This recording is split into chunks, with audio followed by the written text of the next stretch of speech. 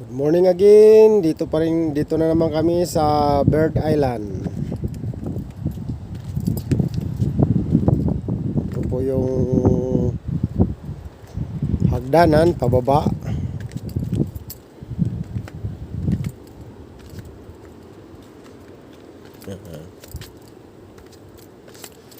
Bababa po tayo dahan-dahan.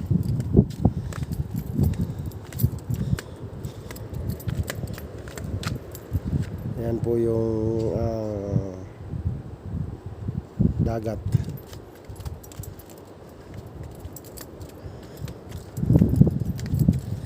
Hindi po kami natuloy sa pag-fishing kagabi dahil sabi ng aking mga divers, ngayon na lang daw ang gabi. So sabi ko sige, iikot na lang ako bukas sa mga kung saan yung mga magaganda ang spot ng mga tourist. Yan po. Yan po ang Bird Island. Yan pong bato na yan, ang mga nanirahan dyan, puro mga ibon. Kaso lang sa araw ay wala po sila dyan. Dahil ang hanap buhay ng mga ibon na yan is sa dagat din po sila, mga fisherman na mga ibon. Isa po silang mga mandaragat.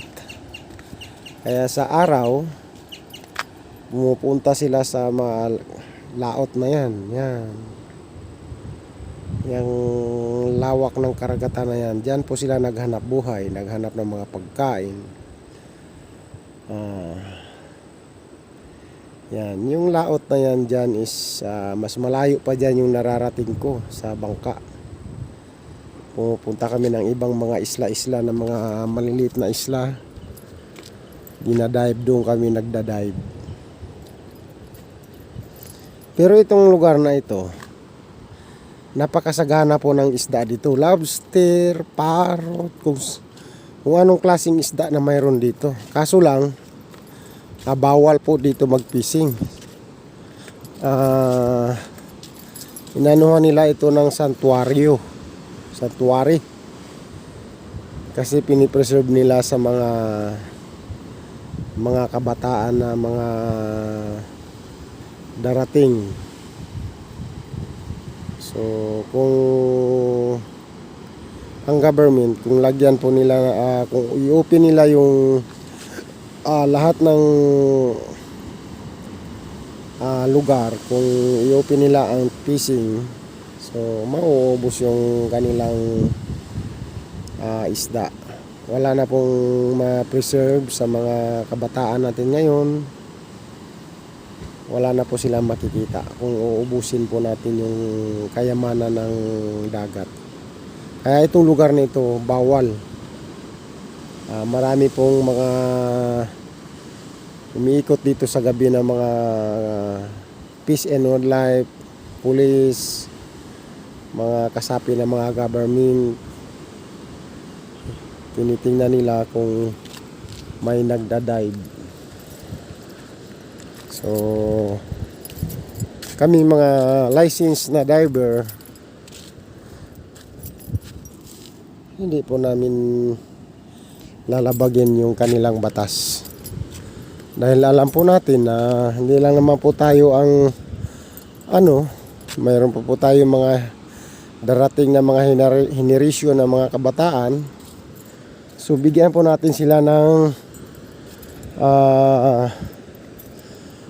pagdating nung sila ay nasa tamang edad na is meron din po silang aabutan ng mga magagandang isda, malalaking isda, lobster. So yan, napakadaming isda dito mga kababayan. Yan po. So yan ang lugar ng Saipan. Napakaganda. Kaya nga nawiwili na po ang yung lingkod na sa tagal ko na po dito sa Saipan, 20 years, 2000 is nandito na po tayo sa Saipan. Hanggang ngayon nandito pa rin ang iyong lingkod. Ang hanap buhay nung pagdating ko rito ay fishing na talaga. Nangangamuhan po tayo ng isang Japanese company.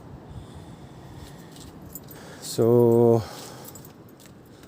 nung ang Japanese is nagsirado na ang kanilang kumpanya, doon na kanya-kanyang hanap buhay na.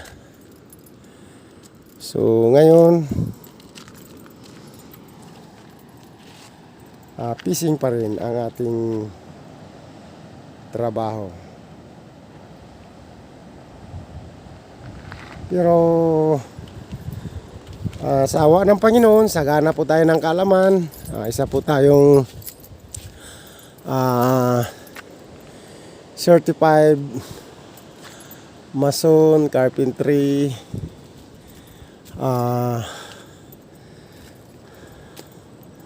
roofing, any kind of work ng mason, kaya po natin ikabit yan.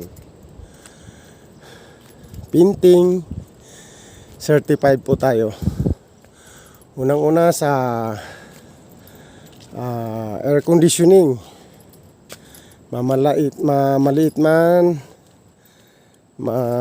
centralized man, refrigeration, kaya po natin magawa. Katunayan, certified po tayo sa US ng air conditioning technician. Yan po. Kuha po tayo ng magandang view.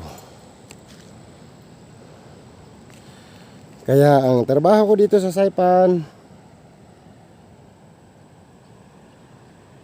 pag lumakas ang dagat, back to construction tayo.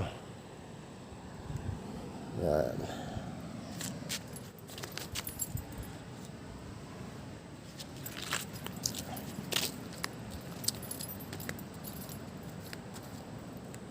Hello, good morning.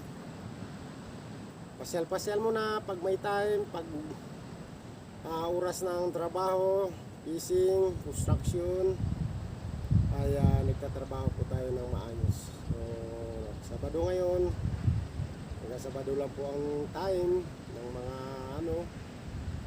pero mamayang gabi dive kami.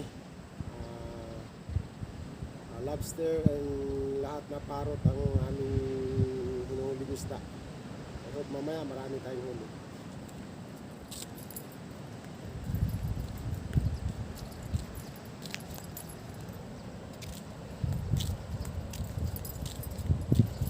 Yan po ang Bird Island.